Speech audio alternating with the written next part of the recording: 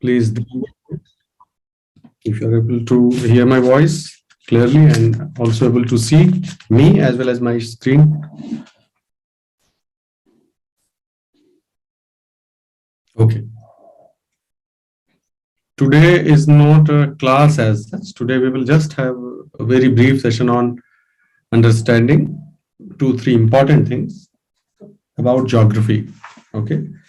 And very succinctly and to the point, we will talk about what has indeed since 2013, what has been the pattern of questions, what is the syllabus in UPSC, and even otherwise, those who are preparing for state services also, what are the basics, different basic sections of geography which you should master and in what proportion. All right. So that will be our approach.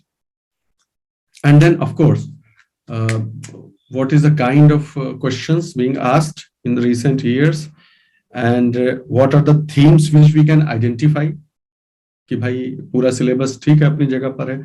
Syllabus is never complete. You can never say that the syllabus is complete, isn't it? This is a myth. If you see, अगर यहाँ पर मैं लिखूं दो शब्द लिखूं, मैं हमेशा से एग्जांपल देता हूं कि अगर मैं यहाँ पर आपके सामने लिखूं कि यूपीएससी का सिलेबस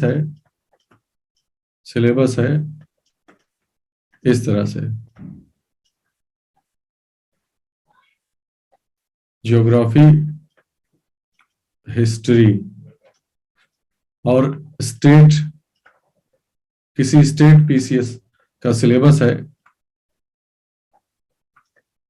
फिजिकल ज्योग्राफी, जियो मॉर्फोलॉजी,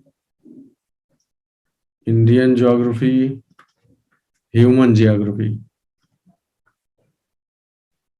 तो दोनों में सिलेबस किसका छोटा है भाई? बहुत बेसिक चीज है, लेकिन बता दूं, दिमाग में, सबकॉन्शियस माइंड में यह खुमार रहता है, लोगों की गलतफहमी रहती है कि कम लिखा है तो छोटा सिलेबस है. समझे ना भाई? ऐसा नहीं है.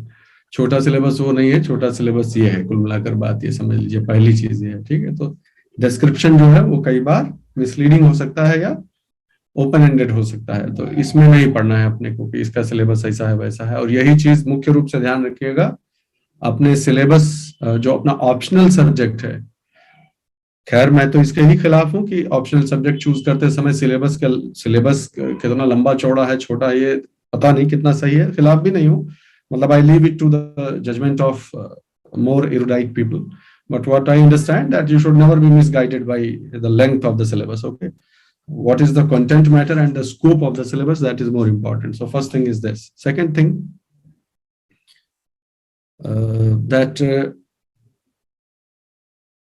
as I said, why did I initiate this? That syllabus length is not material, because whatever is written in the syllabus, yes, that is all right. That UPSC once gives the syllabus in the Gazette notification that this is the syllabus, then the Union Public Service Commission is supposed to stick to those boundaries.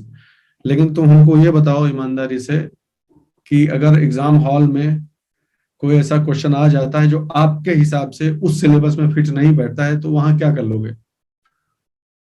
Exam hall में कर क्या लोगे? कुछ नहीं ना, छूट जाएगा. फिर तो वो सवाल ही करेगा जो करेगा, तुम क्या करोगे? कुल मिला के बात ये है. या बाहर आके मुकदमा करोगे कि ये सिलेबस से बाहर था. Do you really think that's possible? कि अगर मैं दिखाता हूँ ना सिलेबस, में बहुत ही सोच समझ के ये डिस्कशन कर रहा हूँ, आपके दिमाग की कुछ चीजें क्लियर कर देना चाहता हूँ. फॉर एग्जाम्पल, ये यूपीएससी का दिया हुआ सिलेबस है, आप लोग देख लीजिए. ठीक है, यहां से समझिए सिलेबस दिया है ज्योग्राफी का. तो मैं ये पूछ रहा हूं कि डिस्ट्रीब्यूशन ऑफ की natural resources across the world including South Asia and subcontinent. चलो छोड़ो, फैक्टर्स रिस्पॉन्सिबल फॉर लोकेशन, इतना द वर्ल्ड. ठीक है. अब देखो important geophysical phenomena such as earthquake, tsunami, volcanic activity etcetera. जो हम इंडिकेट करना चाह रहे थे, समझ गए ना तुम लोग? एटसेट्रा से समझ गए ना कि इस पर मुकदमा करोगे कि ये एटसेट्रा में नहीं आता है जो आपने पूछा है? Not possible. That is foolish even to contemplate.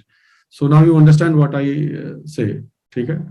तो इसलिए इस समय हमको जो है, आप ठीक है, सिलेबस तो कम से कम आपके समझ में होना ही चाहिए, but what I am saying, you study the topics in a structured manner. Structured manner का अर्थ ये हुआ कि हाँ भाई ठीक है, हमको important geophysical phenomenon such as earthquake के बारे में पढ़ना। एग्जांपल दे रहा हूं मैं आपको, मान लीजिए अर्थक्वेक के बारे में पढ़ना है आपको, ठीक है। तो आपने पढ़ लिया कि अर्थक्वेक के कारण ये होते हैं, इसकी प्रक्रिया ये होती है और इसके परिणाम ये होते हैं, यही पढ़ोगे ना, कुल मिलाकर यही पढ़ेंगे। मुख्य मुख्य अर्थक्वेक ये आए हुए हैं, लेटेस्ट ये था भाई, और ऐसा ऐसा हुआ। लेकिन अब ये साफ साफ ना भी लिखा हो, लेकिन अगर अर्थक्वेक के बारे में लिखा हुआ है आपको पढ़ने को, तो आपको जिस प्रकार से अर्थक्वेक की वेव्स जो है वो मदद करती है, पी वेव्स, एस वेव्स समझने में, उसको कैसे उसने अर्थ के स्ट्रक्चर को समझने में हेल्प किया हुआ है, कौन सी वेव से किस तरह का डैमेज होता है, एपी सेंटर क्या होता है, कैसे सब देखना पड़ेगा ना। एक 360 डिग्री व्यू लेना पड़ेगा आपको। अर्थक्वेक से क्या कोई गैस रिलीज होती है, उससे एनवायरमेंट को क्या इफेक्ट पड़ता है। तो आप कहने का अर्थ यह है कि स्ट्रक्चर्ड मैनर में कॉन्सेप्चुअली पढ़ना पड़ेगा, पीस मील नहीं पढ़ सकते। Even if the syllabus is very short, very specific to you, what the picture that lies beyond what is obvious is this, my dear friends, that the entire 360 degree conceptual framework of that particular phenomenon you will have to study.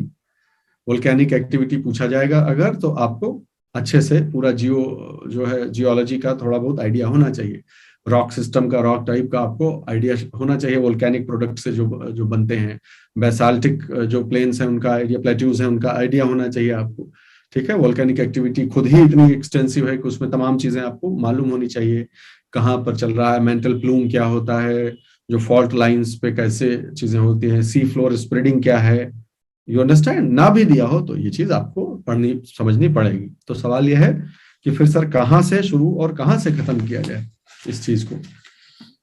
तो उसका छोटा सा उत्तर यह है कि हमेशा UPSC की तैयारी के दौरान कोई भी जीएस का टॉपिक हो, उसमें 2 भाग अवश्य कर लिया करिएगा हमेशा उसके स्टडी मटेरियल में, ठीक है। तो पहला जो क्वेश्चन हम आंसर कर रहे हैं आज, जो ज्योग्राफी को रेफरेंस मानते हुए, जो कि सब पर अप्लाई है, किसी भी कंपटीशन की आप तैयारी कर रहे हो, याद रखें कि कोई भी जो सब्जेक्ट है, अगर आप कोई सब्जेक्ट पढ़ रहे हैं, एग्जाम पॉइंट मान लीजिए ये है ज्योग्राफी ही आज हम शुरू कर रहे हैं, तो ज्योग्राफी का एग्जाम्पल ले लीजिए।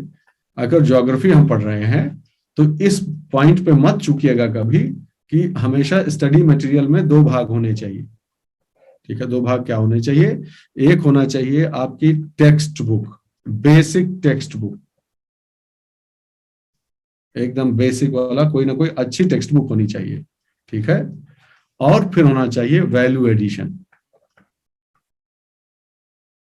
वैल्यू एडिशन के लिए अधिकतर स्मार्ट वर्क की जरूरत पड़ती है, यह आपको परोसा हुआ नहीं मिलेगा। मिलेगा तो फिर बहुत पैसा खर्च करना पड़ेगा, अगर कोई अच्छी कोचिंग ऐसा करके देती है तो। ऐसा है सिस्टम कुल मिलाकर। अगर लेकिन आप अपना होमवर्क करें तो मैं उसे ज्यादा समझता हूँ। तो basic books, basic text book आपकी एकदम कंसेप्चुअली क्लियर होनी चाहिए भाई, कंसेप्ट में बढ़िया हो, बहुत सरल भाषा में लिखा हुआ हो, ताकि आप बेसिक कॉन्सेप्ट समझ जाए, फिर उसके ऊपर आप वैल्यू एडिशन कर लीजिए। यह बात सब पर लागू होती है, सब पर, ज्योग्राफी पे, हिस्ट्री पे, पॉलिटी पे, सभी पे लागू होती है। वो वैल्यू एडिशन हमारा दिया हुआ नोट्स हो सकता है, हमारी क्लासेस हो सकती है, ठीक है, इस तरह की चीजें हो सकती हैं, करंट अफेयर्स की कुछ सामग्री हो सकती है। वैल्यू एडिशन गूगल, सिर्फ और सिर्फ गूगल पे आप पास समय खाली मिलने पर गूगल पे आप अपने नोट्स को अपडेट करते रहिए, वो वैल्यू एडिशन हो सकता है, ठीक। और बात ध्यान रखना भाई कि जब बेसिक, कई बार बता चुके हैं वैसे तो, लेकिन कुछ बच्चे नए जुड़े हैं, उनके इंटरेस्ट के लिए बता देते हैं कि बेसिक टेक्स्ट बुक जब आप डिसाइड कर लें, कैसे डिसाइड करेंगे, जो लोग एकदम नए हैं उनके लिए बता दें, बाकी सबको मालूम है। जो लोग एकदम नए हैं वो जान लें, किसी भी प्रतियोगी परीक्षा की आप तैयारी कर रहे हैं तो बेसिक बुक, टेक्स्ट बुक कैसे फाइनल की जाए कि यह किताब सही है। अक्सर ऐसा होता है, आपने देखा होगा कि एक बुक आपने ए डिसाइड की, तब तक 2-3 महीना पढ़ना शुरू किया, तब तक क्या हुआ कि कोई दोस्त दौड़ा दौड़ा आपके पास आया और बोला इस साल के यूपीएससी के मेंस में सब क्वेश्चन यहीं से उठा लिया है, डायरेक्ट इस वाली किताब से उठा रहा है। अब आपका कॉन्फिडेंस गया हिल, क्या है इससे उठाया, तो हम तो ये पढ़ रहे थे, इसमें से तो एक को नहीं उठाया वर्ड टू वर्ड, तो वर्ड टू वर्ड में इसमें दौड़ गए। फिर पता चला अगले साल उससे नहीं आया सवाल, तो सी में भाग गए। मैं ऐसा समझता हूं कि कम से कम 1/3 पॉपुलेशन तो ऐसी होगी ही जो इस सिर्फ और सिर्फ इसी एक सिंगल कारण से फेल होती है। टोटल जो बैठते हैं कैंडिडेट, सीरियस कैंडिडेट्स, उनका 1/3 पॉपुलेशन सिर्फ इसीलिए फेल होता होगा, ये मेरा गैस है। गैस तो ऐसे ही होते हैं, I am not I mean giving you an exactitude, but what I am saying कि कह सकते हैं कि 20% 30% लोग इस वजह से फेल हो जाते हैं, because they not are not able to revise and control things. वो सिलेबस को कभी कंट्रोल नहीं कर पाते हैं, रिवाइज नहीं कर पाते हैं, क्योंकि वो कभी बुक पूरी नहीं कर पाते हैं। और बुक पूरी नहीं कर पाने का एक महत्वपूर्ण कारण होता है कि आप शिफ्ट करते रहते हैं अपनी सोर्सेज, या तो शिफ्ट करते हैं या ये भी पढ़ लें और ये भी पढ़ लें, या तो आप दो रखते हैं। दो किताब जो रखेगा उसके लिए थोड़ा बहुत कठिन हो जाएगा। थोड़ा भी क्या, मुझे क्या शर्म करने की जरूरत है, साफ साफ बात बता देता हूँ, बहुत ही कठिन हो जाता है। ये प्रतियोगिता परीक्षा जितने भी हैं, प्रतियोगी परीक्षाएं, वो आप मल्टीप्लिसिटी ऑफ सोर्सेज से कभी पास नहीं कर सकते हैं, इसमें कोई दो राय नहीं है। बहुत कम चीजें हैं जो मैं इतने आत्मविश्वास से बोलता हूँ, ये उनमें से एक है। आप ध्यान रखें इस चीज को, ठीक है। तो कैसे फिर डिसाइड कैसे करें? आपने प्रॉब्लम तो मैंने बता दी, इसका सोल्यूशन क्या है? इसका सोल्यूशन सिंपल सा ये है कि आप पुरानी किताब की दुकान, या तो हम लोग तो है ही हैं आपके साथ, आप हमसे पूछेंगे तो हम सीधे ही बता देंगे अनुभव के आधार पर, नहीं तो आप, मैं तो मानता हूं कि हम लोग दूसरे का बात क्यों माने, कभी नहीं मानना चाहिए।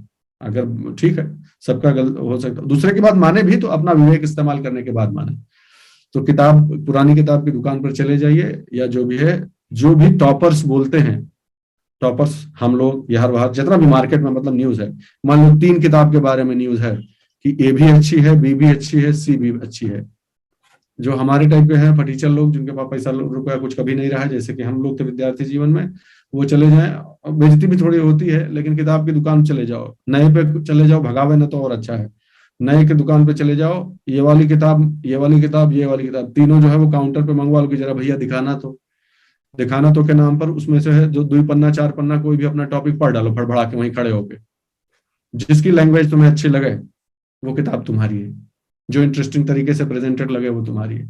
नई दुकान पे घूर के देखने लगे कि ये चिरकुट आ गया, खरीदता खरीदता कुछ है नहीं, झूठे किताब देख के चला जाता है, तो हट लो वहां से, इज्जत बचा के अपनी पुरानी किताब की दुकान पर कहीं चले जाओ, वहां पे आजमा लो कि कौन सी किताब अच्छी है। कोई सीनियर है उससे किताबें ले लो, पूछ लो और पढ़ के देख लो।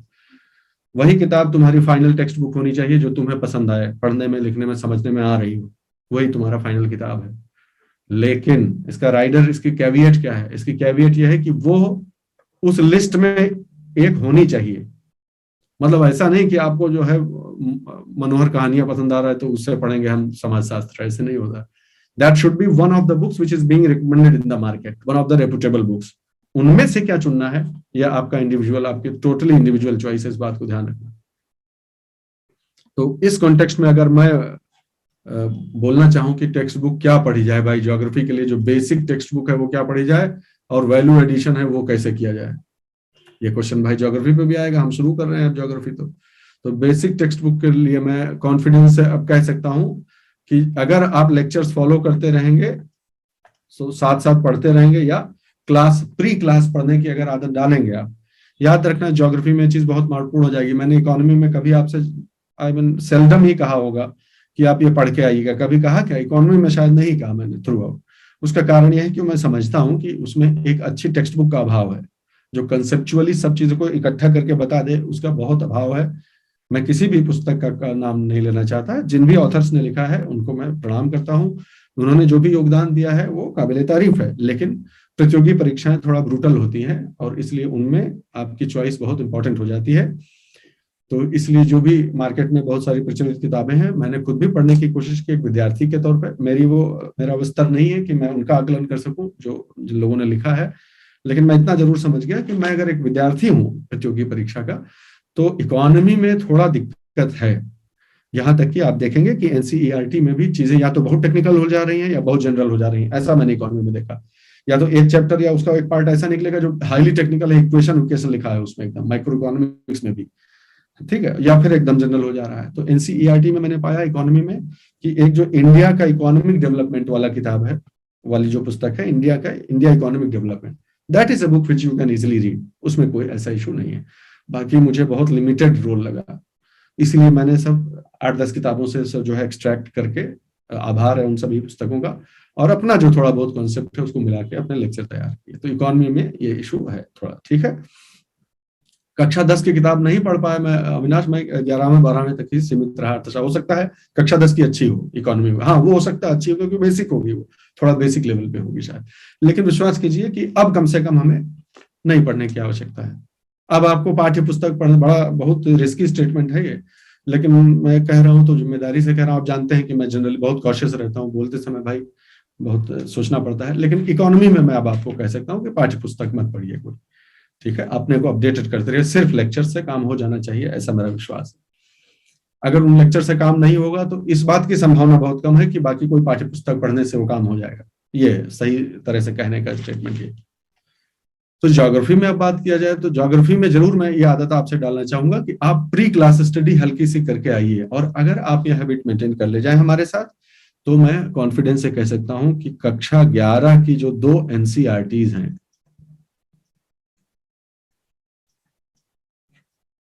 अगर सिर्फ कक्षा 11 वाली सही सही बोल रहा हूं ना, फिजिकल ज्योग्राफी और इंडिया फिजिकल एनवायरनमेंट, ये 2 किताब है ना एनसीईआरटी का, तो ये 2 किताबें मैं जो कह रहा हूं, वो 2 पुस्तकें आप अगर पढ़ लेंगे तो आप बहुत कंफर्टेबल हो जाएंगे, ठीक है। तो अपनी बेसिक बुक्स बनाइए, क्लास 11th की 2 जो एनसीईआरटीज हैं उनको। नाम बता देता हूं मैं, अगर कुछ कंफ्यूज हो जाऊं तो। इंडिया फिजिकल एनवायरनमेंट और फिजिकल ज्योग्राफी, ठीक ठाक है ये, बहुत डेंस है, फैक्चुअली बहुत ज्यादा है, उसमें गुण है, खूब सारे फैक्ट्स दिए हुए हैं, लेकिन वो आप डालेंगे आदत तो आपको बहुत फायदा होगा, मेरा विश्वास कीजिए।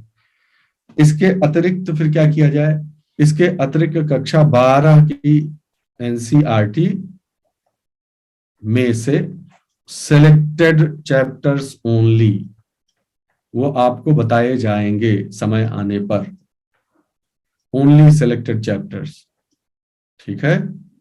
वैल्यू एडिशन के लिए very few selected chapters from, एक बड़ी अच्छी किताब है भाई, मुझे बहुत पसंद है, लेकिन तभी वो आपके काम में तभी आएगी जीसी लॉन्ग, जब आप सिर्फ उतना ही पढ़ें जितना बताया जाए आपको, नहीं तो बहुत मेहनत पड़ेगी, ठीक है।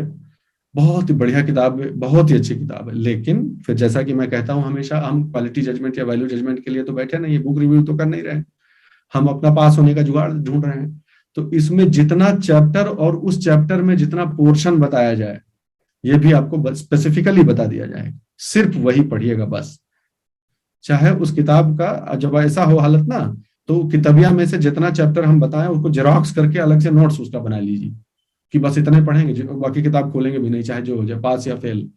ये कॉल लेनी पड़ती है कि इतना ही पढ़ूंगा, इसी को 10 बार रिवाइज करूंगा एग्जाम से पहले पहले, चाहे पास हो चाहे फेल हो। इस लेवल का कॉन्फिडेंस आप में और कन्विक्शन जब आएगा तब आसान हो जाएगा कंपटीशन, याद रखिएगा, ठीक है। ये गेम रिवीजन का है, revision reproduction, that's all. Revision और वहां पर जाकर रिप्रोड्यूस कर दीजिए सबका सब, बस यही एग्जाम है, घूम घुमा के इंटरव्यू देखा जाएगा बाद में, पहले वहां पहुंचो। तो वैल्यू एडिशन इसमें से हो जाता है।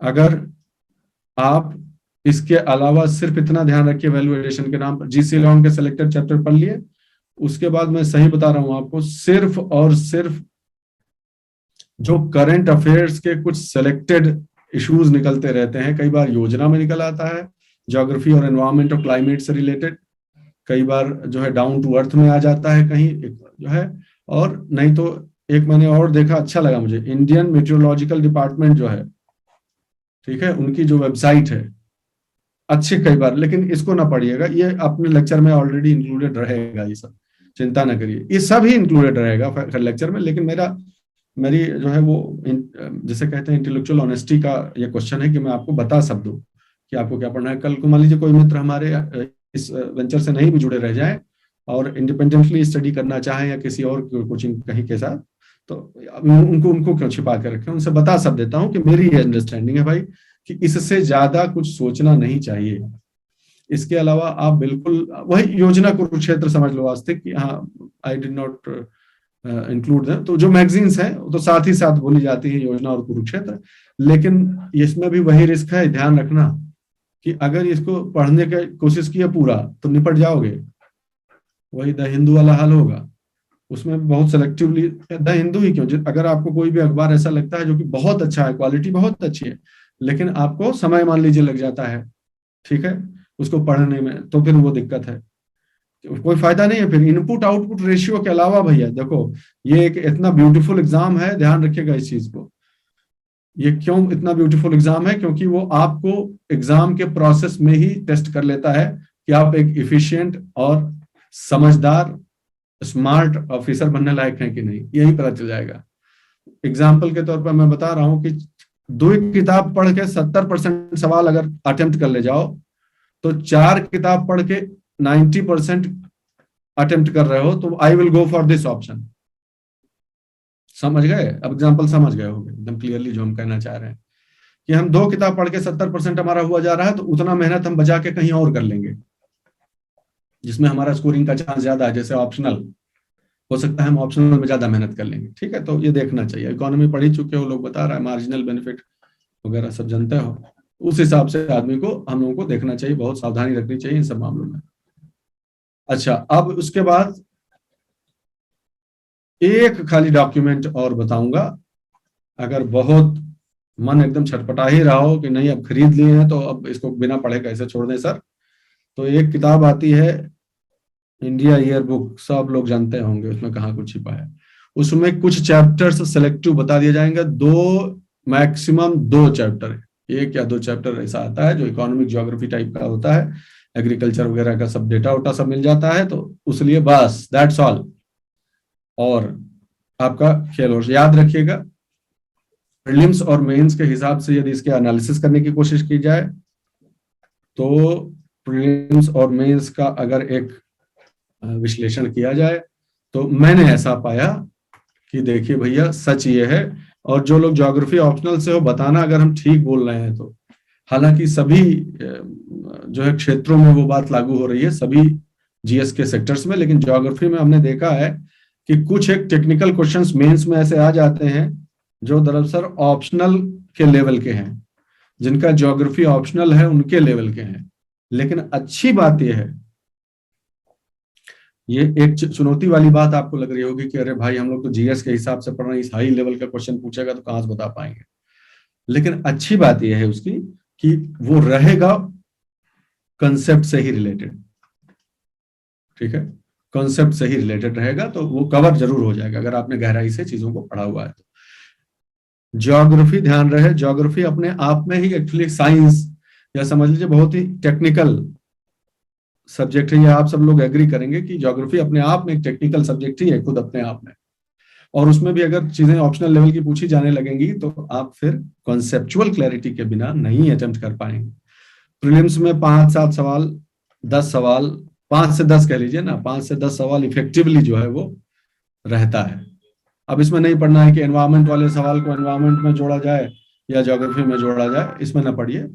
5 से 10 सवाल का एक्सपेक्टेशन रखिए। संजोग की बात है कि हम लोग जो पढ़े थे उसमें से 5-6 सवाल आ गए थे पिछली बार, ऐसे बहुत सिलेक्टेड पढ़े थे जबकि हम लोग, तो इसलिए जरूरी है कि प्रीलिम्स के लिए ध्यान रखिए, प्रीलिम्स के लिए उतनी ही माथामारी ज्योग्राफी में करनी है जितनी 2-3 रिवीजन में आपका काम खत्म हो जाए, ठीक है। उसके बाद करंट पे फोकस रखिए, तो कहीं ना कहीं करंट से बैकवर्ड लिंकेज करनी पड़ती है ज्योग्राफी में भी, इकोनॉमी में भी, ज्योग्राफी में भी करंट से बैकवर्ड लिंकेज, बैकवर्ड एक्सरसाइज करनी पड़ती है कि करंट में ये पूछा, ये यहाँ पर जो है ये ग्लेशियर वेशियर का ये कांड हो गया है, तो ये कहीं पूछ न ले कि ये कैसे होती है प्रोसेस जो है, वो मोरेन किसको कहते हैं, ग्लेशिएशन किसको कहते हैं, ये लेक कहाँ पर पाई जाती है इंडिया, इस तरह की चीज, सावधान रहे। तो वो उसमें कान खड़े रखने होते हैं कि करंट में ये घटना हो रही है, इसका ज्योग्राफिकल जो है हमारी टेक्स्ट बुक में, आप समझे कि वैल्यू एडिशन वाला चीज किससे संबंधित कोई न्यूज आया है यहाँ न्यूज़पेपर में, तो उससे तुरंत वापस जाओ और देखो कि टेक्स्ट बुक में कहाँ दिए हुए हैं, बस उसको पढ़ लेना है, मैटर एंड्स, आपका काम हो गया। तो प्रीलिम्स उतने में कवर हो जाता है, और थोड़ी सी मैपिंग कर लीजिएगा। मैं सच पूछो तो बहुत ज्यादा नहीं बल दे पाता हूँ मैपिंग के लिए, करना तो चाहिए ही आपको, लेकिन मैपिंग में सेलेक्टिव थीम्स को पकड़ना चाहिए। बायोस्फीयर रिजर्व्स हो गया, ठीक है, और जो है वो कर्क रेखा के आजू बाजू वाला हो गया, मतलब बहुत फोकस्ड होकर मैपिंग हम लोग करेंगे। ये एक जो मैपिंग की एक्सरसाइज होती है इन जनरल जो कराई जाती है कि चलो आओ आज से मैप शुरू करते हैं, ऐसे नहीं, एग्जैक्ट पहले थीम पकड़ लिया जाएगा कि भाई ये कर लेना है अगले 10 दिन में, ये सारे मैप्स खत्म कर देने हैं, हमको ये मालूम होना चाहिए, हमको ये मालूम होना चाहिए जो है कौन कौन सी सिटीज इस सीध में आती है, कौन कौन सी सिटीज इस सीध में आती है। एकदम प्रोफेशनल अप्रोच होना चाहिए मैपिंग के लिए, ऐसा मैं मानता हूँ। नहीं तो फिर उससे एक दो सवाल अगड़म बगड़म आ जाएगा तो कर वर नहीं पाओगे, चाहे जितना, मैं सही बता रहा हूँ। एक दो सवाल तो आएगा ही इधर उधर का, तो मन मजबूत रखो, कोई दिक्कत नहीं, बाकी सब अपना तैयार कर लो। एक दो ऐसे सवाल आ ही जाते हैं जो कई बार नहीं हो पाते हैं, ठीक है। वो तब हो पाएंगे जब आप एनसीईआरटी के बियॉन्ड वाला काम, यानी ये वाला काम कर डाले हो, कि एनसीईआरटी में अगर कोई चीज लिखी है, यानी आपकी बेसिक जो टेक्स्ट बुक आपने चुनी है उसमें कोई बात लिखी गई है, तो जितना उसने लिखा है और कुछ छोड़ दिया है लिखना, जो कुछ छोड़ दिया है लिखना वो आप गूगल से अगर करने की हैबिट है आप में, कि इतने के बाद देख लेते हैं कि अरे ये तो अधूरा सा लग रहा है, अगर वो थोड़ा सा कर ले, 80% तो दिया ही है, वो जो 20% बचा रह जाता है जो एनसीईआरटी नहीं लिखती है, यूपीएससी चेक करती है कि do you have the tendency to to go and probe, explore करने का टेंडेंसी है कि नहीं भाई, आप थोड़ा सा आगे बढ़ के होमवर्क करने में विश्वास रखते हैं कि नहीं, या एकदम अभी से एकदम ब्यूरोक्रेट टाइप के हैं कि जितना काम है उतना ही हो जाए तो बहुत है, उससे ज्यादा हमसे नहीं मतलब है। तो ये नहीं होना चाहिए। एक चीज मैं भूल ना जाऊं, इंडिया ईयर बुक बोल ही दिया है, ये सबसे लेटेस्ट डेटा इससे मिल जाता है, सब आप जानते ही होंगे।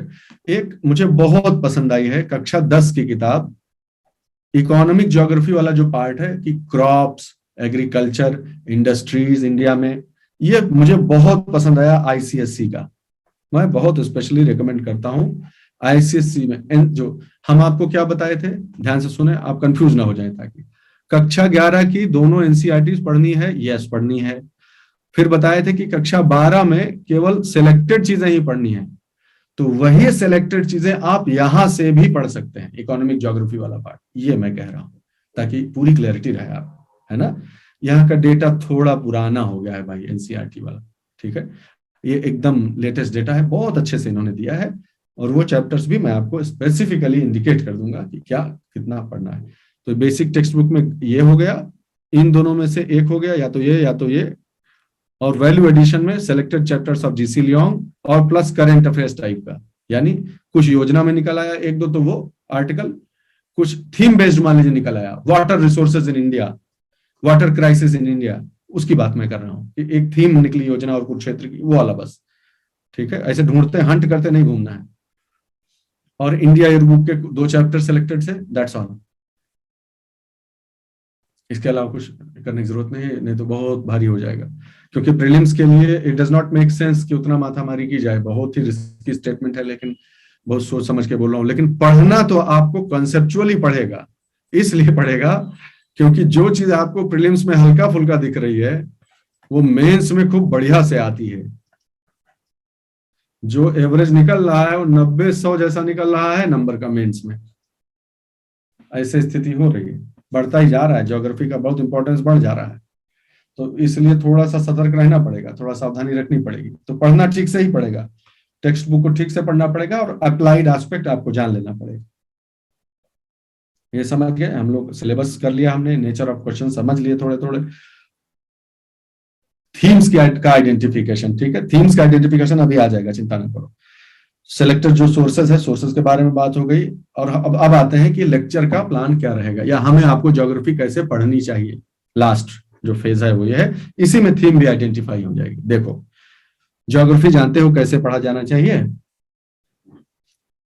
जैसे कि एक्चुअली सब कुछ हुआ है इस यूनिवर्स में वैसे ही ज्योग्राफी पढ़ी जानी चाहिए। तो हमारी अगर बात मानो सब लोग, तो ज्योग्राफी कैसे पढ़ना चाहिए मैं आपको बताता हूँ, ठीक है। मैंने थोड़ा सा कोशिश की समझने की और समझाने की, कि भाई शुरू करो सबसे पहले से, जो यूनिवर्स है उसके बारे में पढ़ लो थोड़ा सा, ठीक है। यूनिवर्स के बारे में कहाँ पढ़ोगे भाई, बहुत हल्का फुल्का, बहुत हल्का हल्का फुल्का चीज आपको पढ़ना है, ठीक है। आईसीएससी की सर किस क्लास की बुक है रचना, अभी तो जो है मैं शायद बताया था आईसीएससी का, ये देखो लिखा हुआ है, ठीक है, एग्जैक्ट बुक का भी मैं बता दूंगा। तो सबसे पहले यूनिवर्स के बारे में पढ़ लो भाई। यूनिवर्स के बारे में क्या पढ़ोगे, सिंगुलैरिटी से शुरुआत करेंगे हम, वो आता था ना वो जब कुछ भी नहीं था। ठीक है, वो एक याद है सबको, तुम लोग तो खैर बाद के जनरेशन हो। तो सिंगुलैरिटी से शुरू करोगे, बिग बैंग होगा, उसमें यूनिवर्स के जो है वो बनेगा, उसमें फिर क्या बनेगा, आपका अपना सोलर सिस्टम बनेगा। कहो हाँ। सोलर सिस्टम कैसे बना भाई? यही जो बिग बैंग हुआ, ये सब हुआ, उसमें गैसेस थी बहुत सारी। गैसेस जो है वो धीरे धीरे ऐसे नेबुला बना, नेबुला अपने आप में कोलैप्स हो गया अपने वेट से, ग्रेविटी आ गई उसमें, फिर धीरे धीरे नाचता रहा सब उसके चारों, और धीरे धीरे सब जो है वो क्लम्प बनने लगे, जो है प्रोटो प्लानिटरी सिस्टम जो है, और प्लेनेटेसिमल्स बनने लगे, धीरे धीरे सूरज अपना शेप ले लिया। उसके बाद 1 लाख साल सूरज वूरज को लगने में बना, फिर सूरज के बनने से 1 लाख साल में सारे प्लैनेट्स अपने अपनी अपनी जगह पे आ गए, और इस तरह से सोलर सिस्टम का निर्माण हो गया। सोलर सिस्टम के बारे में थोड़ा बहुत पढ़ लेंगे भाई कि कैसे क्या होता है। तीसरा क्वेश्चन आ जाएगा, अब सोलर सिस्टम से निकालो हमारे इंटरेस्ट का क्या है, अर्थ है भाई। अब इससे संबंधित कोई करंट अफेयर्स की न्यूज आती जा रही है तो ऑब्वियसली नहीं छोड़ना है हमको, कि भाई ये फलाना वाला यान गया था, या फलाना प्रोब मिशन गया था, उसने एक ऐसी डिस्कवरी कर दी या ऐसा चीज बता दिया जो कि एकदम सारी थ्योरी को चैलेंज कर दिया, समथिंग लाइक दिस। जैसे माइक्रोवेव्स को जो है स्टडी करने के लिए भेजा जा रहा है। पढ़ेंगे, हम सब पढ़ेंगे, ये सब छूटेगा कुछ नहीं। अर्थ के बारे में, अर्थ के बारे में क्या पढ़ेंगे भाई, कैसे पैदा हुई थी, ओरिजिन इवोल्यूशन फिर कैसे हुआ, और फिर जो है उसका स्ट्रक्चर क्या है, कैसे जन्म हुआ, कैसे बड़ी हुई, और कैसे दिखती है। हो गया, काम खत्म, इतना है। जैसे इंसान के बारे में पढ़ते हैं वैसे ही। ठीक है, अर्थ के बारे में पढ़ लिया, तो अर्थ के बारे में पढ़ोगे तो कौन सा 3 चीज है अर्थ पे। ठीक है, ये जो सोलर सिस्टम अभी तक पढ़ते जा रहे हो, ये क्या पढ़ रहे हो? ठीक, यहाँ क्या क्या है अर्थ पे। अब अर्थ आ गए तो अर्थ पे स्ट्रक्चर को एक्सपेंड करो, क्या क्या है, लैंड है, एयर है, और वाटर है। और ये तीनों किस, कुल मिलाकर जो सब कुछ चल रहा है, जिंदगी हमारा तुम्हारा, वो किसकी वजह से चल रहा है?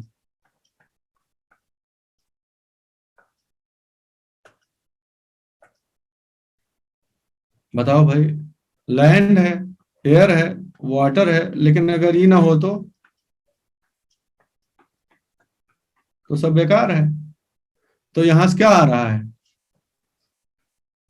यहां से समझो, लूजली कह रहे हैं, लूजली कहने के लिए यहां से समझ लो क्या आ रहा है। यहां से ये आ रहा है। और स्पेस पढ़ चुके हो तो यही 5 एलिमेंट्स तो है घुम घुमा के, जो 5 तत्व तो बोला जाता है, यही है ना? कुछ और हो तो बताओ। स्पेस, लैंड, एयर, बहुत लूज टर्म्स में बोल रहे हैं। आप उसके फिलोसॉफिकल उसमें जाओगे तो सब डेफिनेशन बदल जाएगी, लेकिन समझाने के लिए बोले। ये 5 एलिमेंट्स का स्टडी जो है वो ज्योग्राफी है, घुम घुमा के बात ये है। ठीक है, चलो बढ़ते हैं। ऐसे हवाबाजी तो बहुत बड़े, ऐसे एक से एक गुरु पड़े हैं सब ऑनलाइन में, एकदम ऐसे ऐसे डायलॉग दे देगा कि मजा ही आ जाएगा, तो वो नहीं करेंगे अपन। अपन पढ़ते हैं सीधे सीधे। ठीक है भाई, तब एक एक को जो है आप स्पेंड, कुल मिलाकर इसको ऐसे बना दो, और इसी ट्रायंगल को हमेशा भैया लैंड, एयर, वाटर, ये तीनों कौन से कंपोनेंट हो गए? ये जिंदा है कि मुर्दा?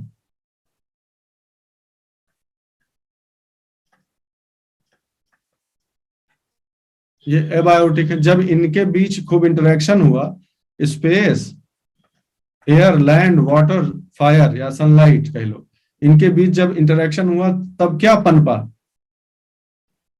what then emerged from the interaction of millions of years, life? तो दूसरा कंपोनेंट क्या हो जाएगा? ए जो बायोटिक वाला हो जाएगा, सिंपल सी बात है। तो बायोटिक में क्या लिख लिया जाए ऐसे समझने के लिए? वैसे तो ह्यूमन भी एनिमल ही है कि नहीं है? तो एक तरफ ह्यूमन रख लो, एक तरफ जो है प्लांट रख लो, और एक तरफ बाकी एनिमल्स रख लो, सिर्फ समझने की आसानी के लिए। वैसे तो इसका ही पार्ट है एक तरह से, बायोलॉजी के क्लासिफिकेशन में देखो तो एक ट्रायंगल ये हो गया, एक ट्रायंगल ये हो गया। इनका आपस आपस में इंटरेक्शन, और आपस में इंटरेक्शन इधर उधर, कह सकते हैं कि इसी में सब कुछ है, घूम घुमा के जो कुछ भी है सब इसी में है, इन्हीं दोनों ट्रायंगल्स में। हो गया, यही ज्योग्राफी है। अब ये बर्ड सा व्यू दिमाग में आ गया कि घूम घुमा के, अब लाओ, कह तो दिए हैं, अब उसको निभाते हैं। कि इतना बड़ा स्टेटमेंट सर एकदम फिलोसफी टाइप का बोले हैं तो उसको निभाना पड़ेगा भाई। कि दिखाओ हमको कि कैसे ऐसा, ये जो आप बोल रहे हैं कैसे होता है। तो हम तुमसे कहें कि लैंड, इसमें लैंड पकड़ लो, ठीक है, इसमें जो है लैंड को एक पकड़ लो, और लैंड के साथ क्या पकड़ लो, वाटर को पकड़ लो। चलो इन दोनों को इंटरेक्शन से कुछ बताओ तो भाई, कुछ घटनाएं, पानी और जमीन का इंटरेक्शन बताओ जरा।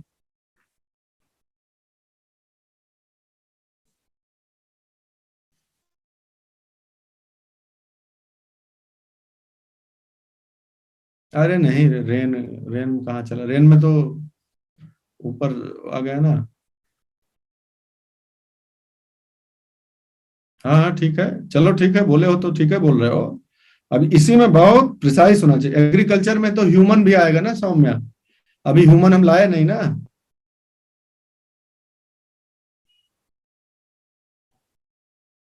बताओ।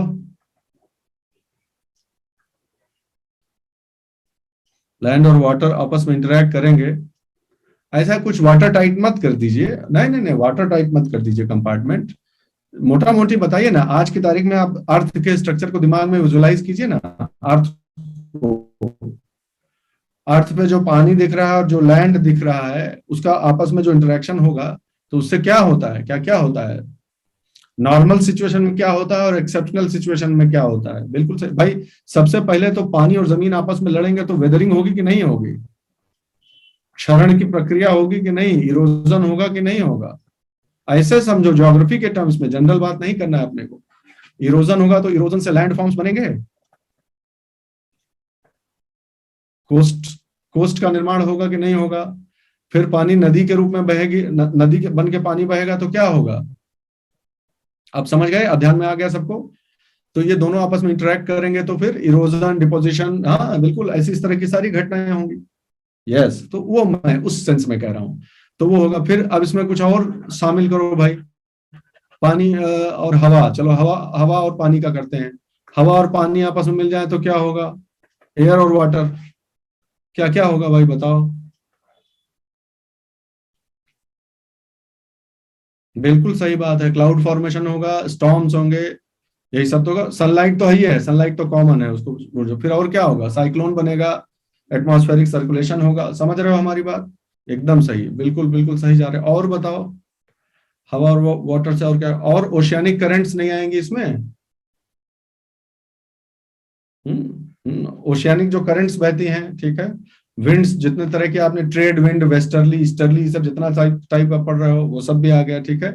फिर उनका डिफ्लेक्शन वगैरह की जब बात आएगी तो लैंड भी पिक्चर में आ जाएगी। फिर कहने का मतलब ये सब ऐसा नहीं है कि ये इसके हम बड़े टेक्निकल हुए जा रहे हैं, लेकिन घूम घुमा के यही सब जितने तरह के फेनोमेनन हो रहे हैं वो है। अब इसमें इंसान को आप शामिल कर लीजिए। जैसे इंसान शामिल होगा तो क्या क्या चीज आ जाएगी। सबसे पहले इंसान, अब फिर वही नियम वही रखना है कि सब जैसे जैसे जो घटना हुई है वैसे वैसे ही पढ़ना है। तो सबसे पहले इंसान क्या किया, अगर देखो तो बड़े स्तर पर प्रभावित करने वाला एग्रीकल्चर शुरू कर दिया।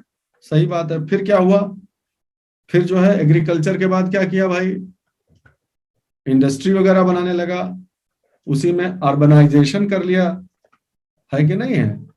फिर और क्या किया, माइंस वगैरह सब मिनरल रिसोर्सेज वगैरह खोद डाले। और क्या किया, फॉसिल फ्यूल खोद डाला, यही सब तो किया। ठीक है, उसके बाद और जोड़ लीजिए, इसमें प्लांट्स को भी जोड़ लीजिए। प्लांट्स आ गए अगर, अब प्लांट्स तो है ही है, अब एग्रीकल्चर हुआ है तो प्लांट्स तो है ही है, लेकिन उसके अलावा फॉरेस्ट आ जाएंगे सारे, क्लाइमेट चेंज आ जाए, बहुत सारा चीज आ जाएगा ना। समझ गए बात, ठीक है। अब आप समझ रहे हैं, मतलब कहने के समझाने का अर्थ बस इतना ही है। आज हम थोड़े पढ़ रहे हैं इसका पूरा का पूरा, लेकिन you should get an idea कि what geography is going to be all about. Okay, that's how we study it.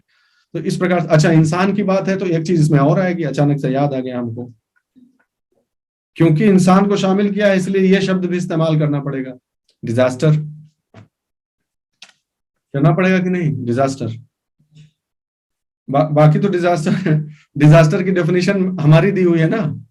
बाकी तो जियो फिजिकल फेनोमेनन है वो इम्बैलेंस भी पता नहीं रमाकांत, हम तो उससे भी बचेंगे ये कहने से। हमको नहीं लगता कि इंसान को अधिकार है नेचर की किसी एक्ट को इम्बैलेंस कहने का, लेकिन ठीक है, ये अपना अपना विचार है, कुल मिलाकर बात, जैसा भी आप कहना चाहें, तो वो हम कहते हैं उसको डिजास्टर या इम्बैलेंस, लेकिन ठीक है, फाइन, जैसा भी आप कह लें। तो आपस का इंटरेक्शन तो देखना ही है, इसमें कोई दो राय नहीं रह गई ना, कि पानी, जो जमीन, पानी, हवा, इनका आपस का इंटरेक्शन, और इंसान, जानवर और पेड़ पौधा, इनको जरूर जो है वो अच्छे से हमको समझना ज्योग्राफी कहलाता है, ठीक है। तो वो इंटरेक्शन से पहले उनके खुद के बारे में भी तो जानेंगे, समझाने के लिए मैंने पहले बता दिया, लेकिन इंटरेक्शन से पहले आप जब धरती को देखेंगे तो इसके बारे में पहले जानना पड़ेगा ना। तो लैंड लैंड अगर देखो आज, चलो हिंदुस्तान के ही सेंस में देखो, लैंड देखोगे तो क्या क्या आएगा दिमाग में? माउंटेन आएगा कि नहीं आएगा? सबसे ऊपर से नीचे चलो, ये अब तुम्हारी मर्जी है। तुम टाइम वाइज भी चल सकते हो कि जो पहले बना है उसको पहले बोलते हैं, तो पहले आप ये सब बोल दीजिए, प्लेट्यू वगैरह बोल दीजिए, लेकिन ठीक है। माउंटेन, माउंटेन से थोड़ा थोड़ा नीचे क्या है? प्लेट्यूज है। फिर उससे नीचे प्लेन्स हैं, बिल्कुल सही बात। फिर ये सब बना कैसे है? घूम घुमा के रिवर्स वगैरह, सही, सबसे सही बात है। बंद डेजर्ट्स हो गए, बिल्कुल ठीक है, चलो प्लेन्स का ही पार्ट है। प्लेन्स में डेजर्ट भी हो गया, और एलुवियल प्लेन्स है, अलग अलग तरह के प्लेन है। चलो और बताओ भाई। अब पानी आता गया, रिवर्स और लेक्स आ जाएंगी इसमें, है ना। तो लैंड और वाटर जो है आपस में इंटरेक्ट कर रहे हैं। फिर कोस्टल एरियाज आ जाएंगे, कोस्टल एरियाज आ जाएंगे, आइलैंड्स आ जाएंगे, है ना भाई, ये सब पढ़ना पड़ेगा अपने को। चलो भाई, ये सब चीज समझ गए। और फिर तो लैंड का तो ये मेन मेन रोल हो गया। फिर अपने वाटर में देखिए तो ओशियंस वगैरह की बात करनी पड़ेगी, है कि नहीं है? ओशियंस की बात करेंगे, प्रॉपर रिवर्स की बात करेंगे, ये आपस में कॉमन है। रिवर्स की बात करेंगे, और वाटर का, ग्लेशियर का बात करेंगे, जितने भी तरह से वाटर हो सकता है। और वाटर वेपर, वाटर वेपर के रूप में क्या क्या कमाल दिखा सकता है, उसकी बात करनी पड़ेगी आपको, है। फिर यहीं पे हवा लगा दीजिए, एयर। एटमॉस्फेयर की बात आपको करनी पड़ेगी, एटमॉस्फेयर कैसा होता है, उसका स्ट्रक्चर क्या है, कितने परसेंट क्या चीज होती है। ये दोनों आपस में, अगर पानी और हवा आपस में मिलते हैं तो रेनफॉल होता है कि कैसे होता है, कितने तरह का रेनफॉल होता है, हवाएं कैसे बहती हैं, प्लानिटरी विंड्स कैसे बहती हैं, ओशियानिक करंट्स कैसे बहती हैं, ये सब इन्हीं दोनों का इंटरेक्शन है, ठीक है। अब तीनों को जोड़ दिया जाए तो सबको, लैंड, वाटर को बोले, इन्हीं तीनों को मिलाकर तो क्लाइमेट होता है घुमा के। सही बोल रहे हैं क्या? अगर क्लाइमेट शब्द यूज कर दिया जाए तो इन्हीं तीनों का रहेगा, लैंड, वाटर और एयर, इनका आपस का इंटरेक्शन, प्लस उसका थोड़ा बहुत इंसानों का भी प्रभाव है भाई, प्लांट्स का भी प्रभाव है, सब मिलकर इसमें डालते हैं, तो सबका सबका कंट्रीब्यूशन जोड़ दो, इकट्ठा कर दो, तो क्लाइमेट जो है वो आपके समझ में आ सकता है कि क्लाइमेटिक जो है वो, ठीक, ये स्ट्रक्चर समझ गए। अब कुछ भाई बहुत सारी चीजें जो है वो स्पेशली पढ़ेंगे आप, कुछ स्पेशल घटनाएं,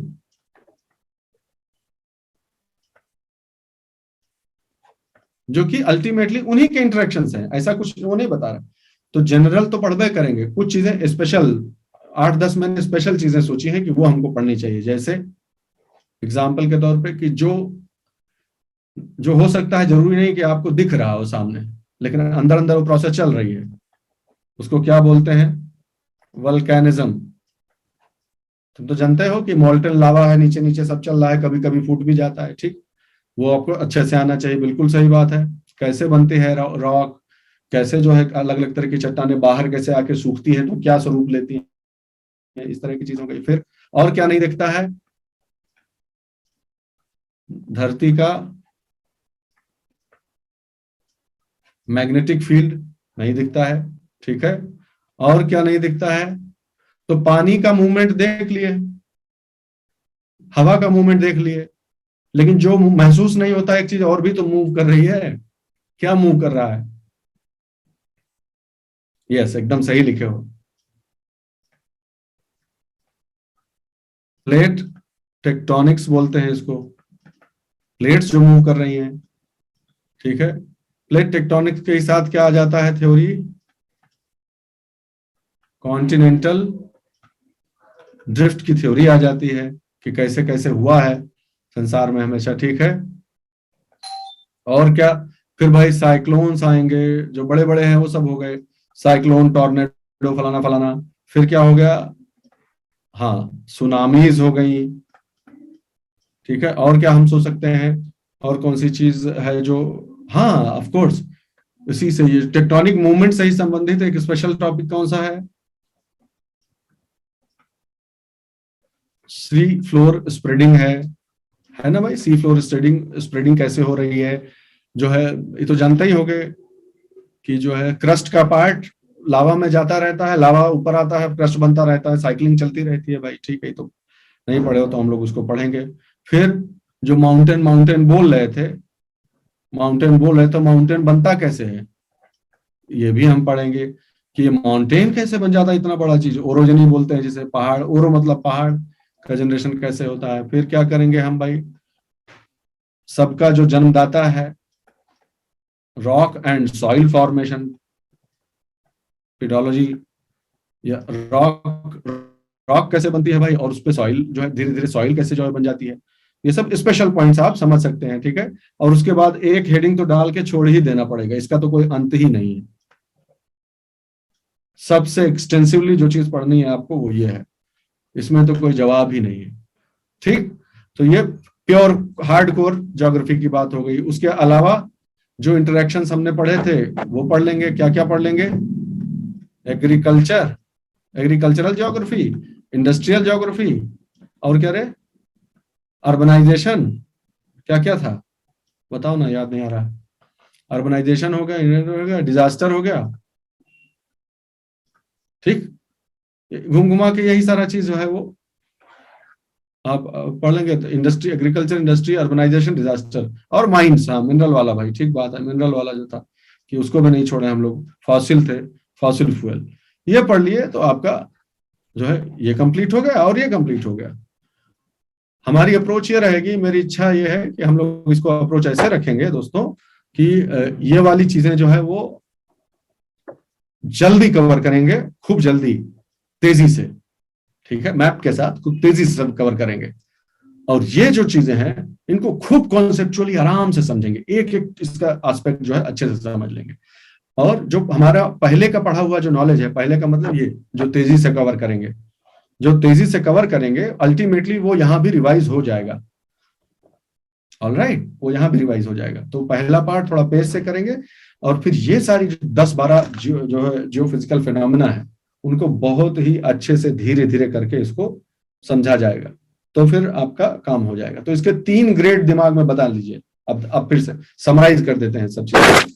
इसके 4 भाग जो है, 3 क्या 4 भाग कर लीजिए। देखिए ध्यान से सुनिए, फेजेस बना लीजिए अपने स्टडी के लिए, फेज बनाइए, ज्योग्राफी में फेज बनानी पड़ती है तो बढ़िया रहता है। एक first phase, second phase, third phase and fourth phase.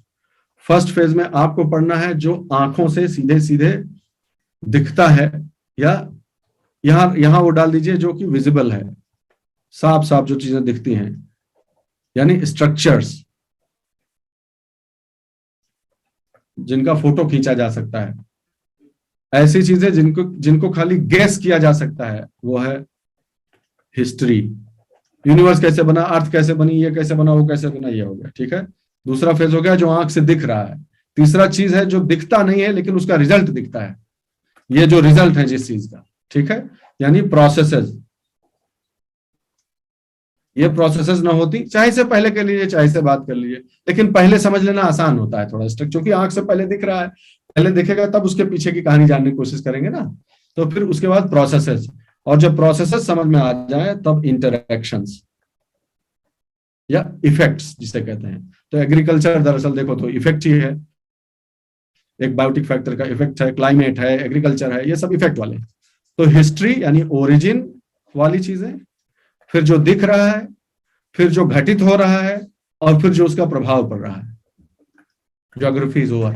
Geography कुल मिलाकर इन भागों में अगर पढ़ी जाए, मेंटल कंपार्टमेंटलाइजेशन की बात है दोस्त, वरना होगा ये कि जानोगे तो सब, लेकिन कक्षा 7-8 का भी बच्चा होगा ना और बैठा होगा बगल में तो उसे समझा नहीं पाओगे। तो मेंटल कंपार्टमेंटलाइजेशन का सबसे बड़ा बेनिफिट यह है कि you must have a bird's eye view first, otherwise सीधे उठा पढ़ लीजिए सब टुकड़े टुकड़े में अलग अलग चीजें, लेकिन जो है वही वाली बात हो जाएगी कि हाथ, अगर आपके विजन नहीं है तो आप हाथी का ये छू रहे हैं वो छू रहे हैं, लेकिन हाथी पूरा कैसा है ये आप नहीं जानते। तो वो स्थिति हो जाती है। तो ये कंपार्टमेंटलाइजेशन, छोटा सा कंसेप्चुअल कंपार्टमेंटलाइजेशन आपको हेल्प करेगा। आप चाहे सेल्फ स्टडी कीजिए, चाहे हमारी क्लासेस के थ्रू आप पढ़ेंगे ही, चाहे जहां पढ़िए, चाहे जहां रहिए, लेकिन हमेशा इस कंपार्टमेंटलाइजेशन के हिसाब से पढ़िए। चाहे ज्योग्राफी हो, चाहे इकोनॉमी। इकोनॉमी देखा नहीं आपने, कैसे हमने पढ़ा इकोनॉमी की, हमने दशा जो है दिशा कैसे बनाई, इसी इसी मेंटल फ्रेमवर्क में बनाई कि चलो भैया पहले देख लेते हैं कि एक इंसान कैसे बिहेव करता है पैसे के साथ, फिर बहुत सारे लोग इकट्ठा हो जाए तो कैसे करता है, मार्केट समझ में आ गया। फिर बहुत बड़ा हो जाए, अगर इकोनॉमी के लेवल पर मामला पहुंच जाए, तब कैसे चॉइसेस जो है वो करता है इंसान, और कैसे एक दूसरे की चॉइसेस इफेक्ट होती हैं। फिर पैसा कैसे भैया इधर उधर बहता है। फिर जब सब लोग बहुत इस व्यवस्थित सोसाइटी में रहने लगते हैं, तो फिर डेवलपमेंट प्लानिंग ये सब का बात आता है। फिर हमने क्या देखा कि सरकार जब बना लेते हैं लोग, सरकार चुन लेते हैं, कॉन्स्टिट्यूशन आ जाता है, पॉलिटी स्टेब्लिश हो जाती है, तो फिर वो भाई कैसे सरकार फैसला करती है कि सरकार का पब्लिक फाइनेंस वगैरह कैसे काम करता है, हो गया घूम घुमा के। और फिर जब अब देश खुल चुका है, पूरे विश्व के साथ एक हो गया है, तब फिर एक्सटर्नल सेक्टर से क्या लेन देन, कैसे क्या ओपन इकोनॉमी कैसे होती है, हो गया। इतना बेसिक चीज समझ गए। तो इसी प्रकार का कंपार्टमेंटलाइजेशन ज्योग्राफी में भी रखना चाहिए। एक एग्जाम्पल से खाली आपको मैं बता देता हूँ, रुक जाओ। ये जो बोला है थ्योरी, लास्ट में एक एग्जाम्पल देके तब छोड़ता हूँ आपको, रुको, मिल जाएगा तो मजा आ जाएगा।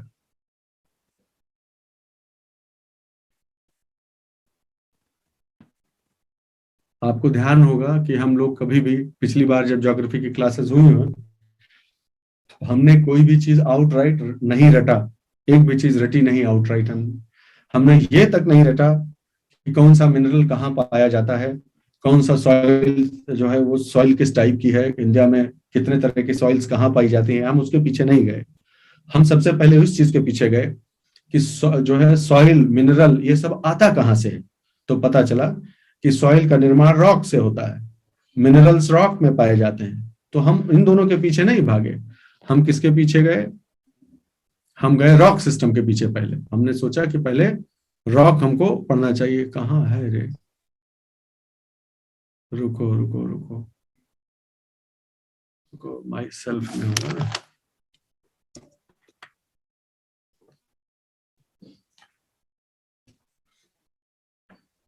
देखो तो कहीं मिल जाए तो ठीक है।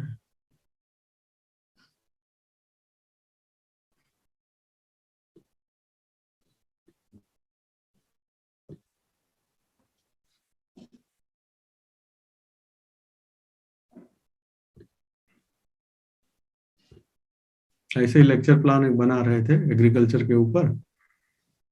तो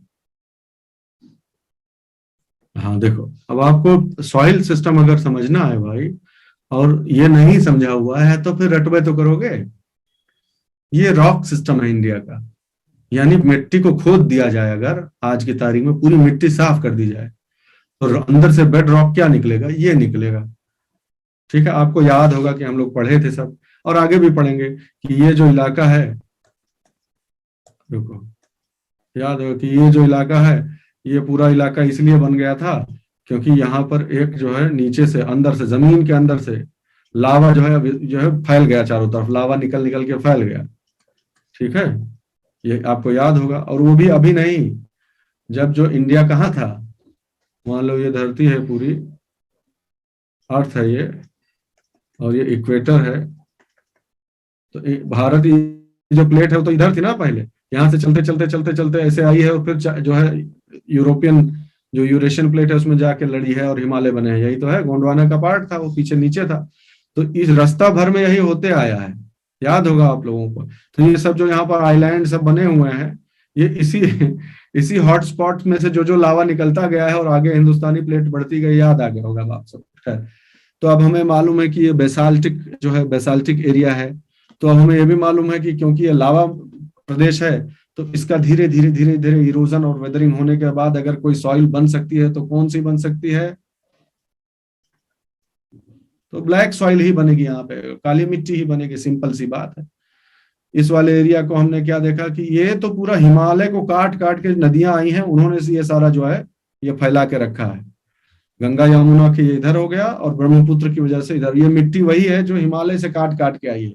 तो यहाँ कौन सी सॉइल बनेगी भाई, कोई इसमें इसमें रटने की बात ही नहीं है, यहाँ एलुवियल सॉइल बनेगी, सिंपल सी बात है।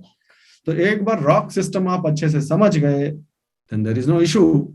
रॉक सिस्टम आ जाए तो अपना काम हो गया। उसके बाद आप जियोमॉर्फोलॉजी उसकी समझ लीजिए, रॉक सिस्टम समझ लीजिए, और फिर सीधे सीधे आप बता सकते हैं कि हाँ भाई कौन सी सॉइल कहाँ पे है, हो गया काम। अब आप सीधा सीधा कह सकते हैं कि हाँ ये ब्लैक सॉइल है, बिल्कुल सही है, ये ब्लैक सॉइल है, ये अपना एलुवियल सॉइल है, रेड सॉइल है, इस तरह के कैसे कैसे कौन कहाँ पर क्यों बना हुआ है। कुछ का प्रभाव जो है वो रॉक रॉक का प्रभाव ज्यादा है कि मेरी पेरेंट रॉक अगर ये है तो मैं ये बनूंगा। कुछ में क्लाइमेट का प्रभाव पड़ जाता है कि हाँ तो बहुत हैवी बारिश होती है भाई, इतनी हैवी बारिश होती है कि सॉइल में जो जो जो ये फलाना फलाना घोल के नीचे ले चली जाती है, तो बारिश के प्रभाव से सॉइल का टाइप बदल गया। बहुत सारी चीजें होती है, ठीक है। तो इस प्रकार से आपको पढ़ना चाहिए, मेरा कहना यह है। सीधे सीधे रटंती जो है वो विद्या वो ठीक नहीं है। तो हम बहुत ही आसानी से बहुत कम समय में history, present structure, present and past processes and the impact side, ये चारों को हम पढ़ लेंगे तो ज्योग्राफी हमारे कंट्रोल में आ जाएगी। बहुत अधिकतर क्वेश्चन आप सॉल्व कर ले जाएंगे। बस आज के लिए इतना ही। जल्दी ही शुरू कर देंगे हम लोग पढ़ाई लिखाई। सब लोगों को मेरी तरफ से फिर से शुभकामनाएं। अपना अपना तबीयत का ध्यान रखिए, खुश रहिए, और फिर जल्दी ही हम पढ़ाई शुरू करेंगे। ज्योग्राफी को सोचते हैं कि समझिए ना, ये फिर इसी तरीके से पढ़ता है। मैं इसलिए कह रहा हूँ, रुक जाओ बता देता हूँ कि ये छोटा सा संकोच का जो क्षण है वो क्यों है। इसलिए कि क्योंकि बहुत सारे लोग पहले